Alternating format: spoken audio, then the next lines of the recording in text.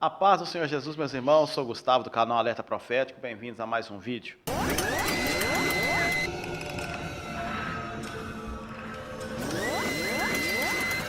Neste último dia 31 de outubro de 2021, se completou 504 anos da Reforma Protestante, um dos maiores movimentos de grande importância para a Igreja Evangélica. E quando olhamos para o nosso contexto atual, nós vemos que aqueles 5 pontos da reforma se tornam muito necessários hoje nos nossos dias. Sola Scriptura, sola fide, sola gratia, solus Christus e soli Deo gloria.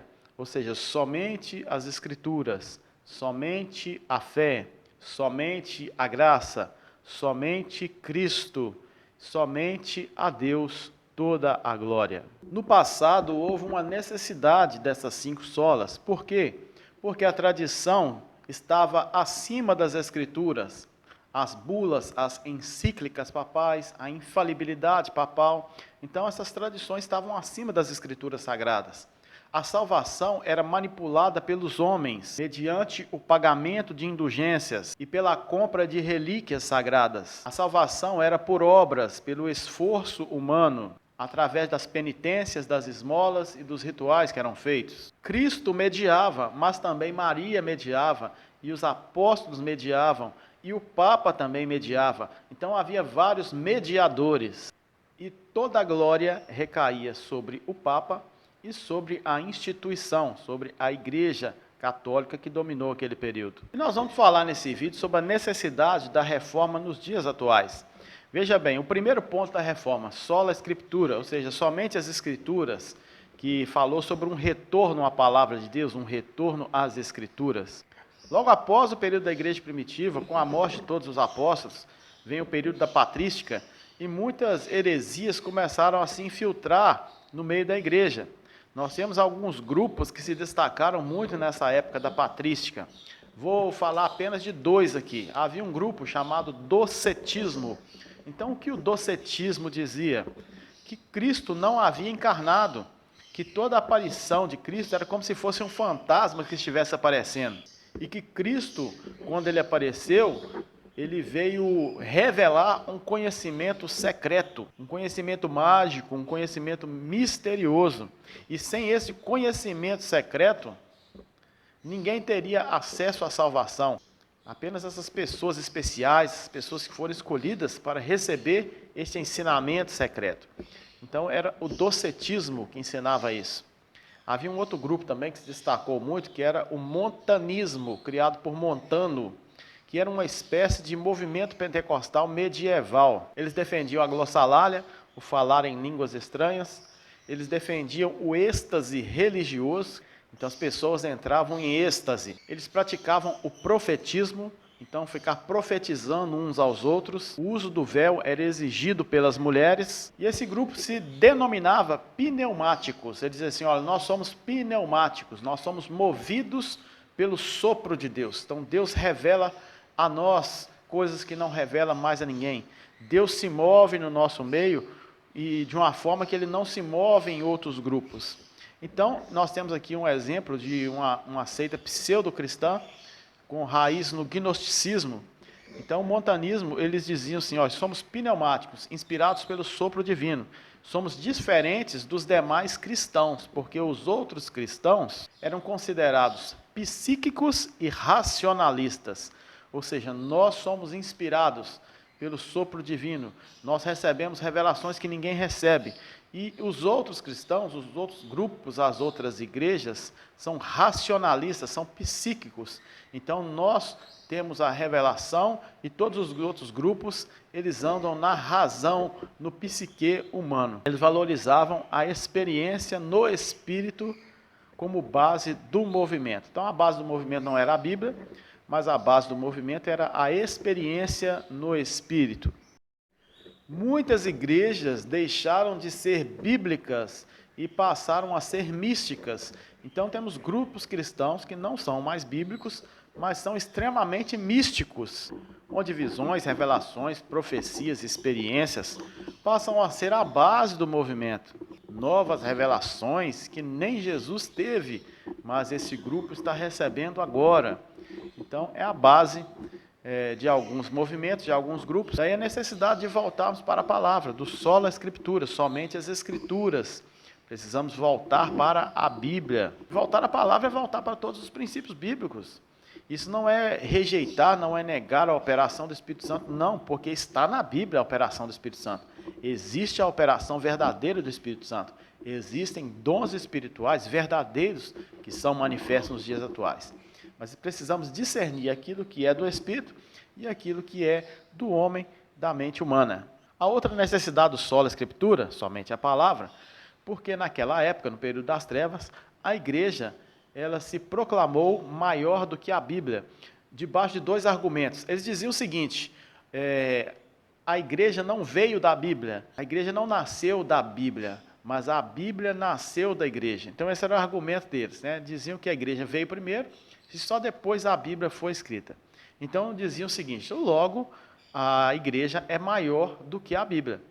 E diziam também assim, Jesus não deixou livro nenhum escrito, ele deixou os apóstolos, ou seja, então Jesus deixou como regra de fé a igreja, que são os apóstolos, e não deixou livro nenhum.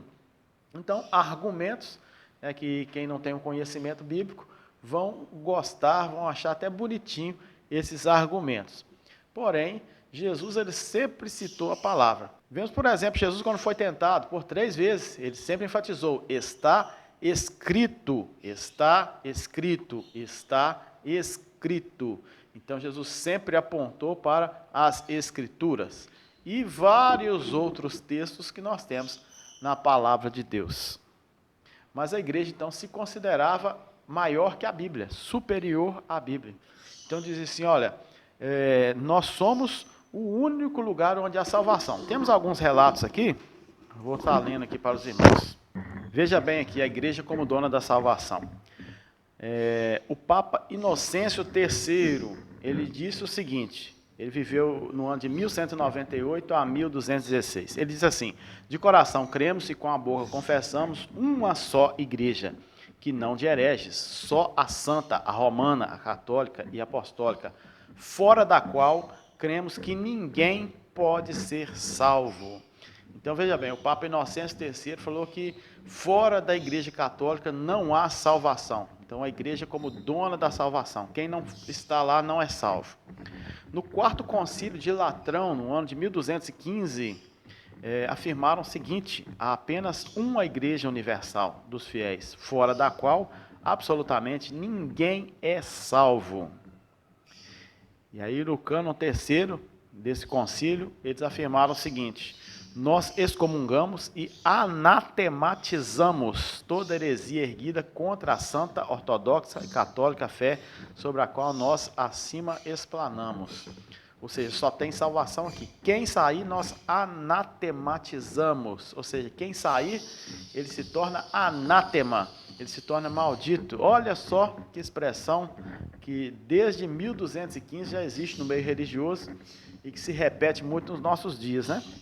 O Papa Bonifácio VIII, 1294 a 1303, ele disse, por apego da fé, estamos obrigados a crer e manter que há uma só e santa igreja, e a mesma apostólica, e nós firmemente cremos, simplesmente a confessamos, e fora dela não há salvação, né? Fora dela não há salvação, e nem perdão de pecados.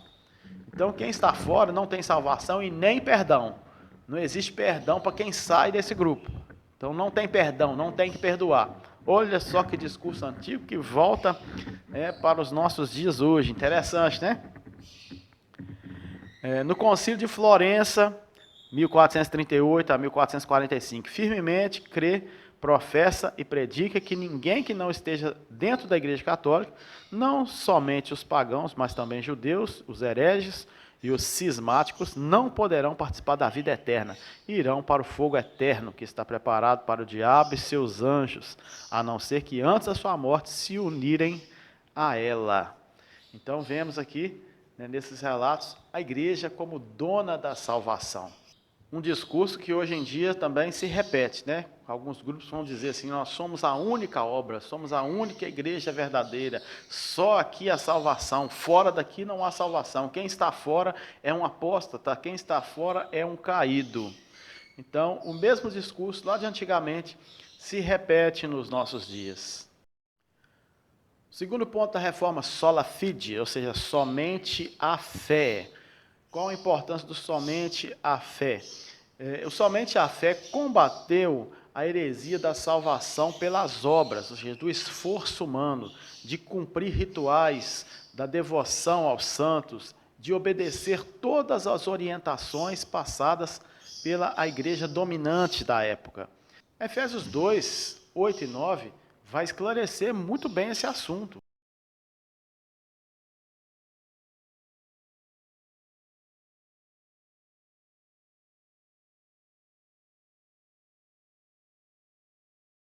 Vai dizer que as obras não salvam, as obras simplesmente revelam quem é salvo. Então, não precisamos de obras para salvar. As obras é um fruto da salvação na vida daquele que é salvo. Mas havia ali uma série de rituais, orientações da igreja, quem não obedecesse aquelas orientações não era salvo. Não. Então, a salvação é pela fé, somente a fé, não é o esforço humano, não é cumprir alguns rituais, tantos dias disso, tantos dias daquilo, não.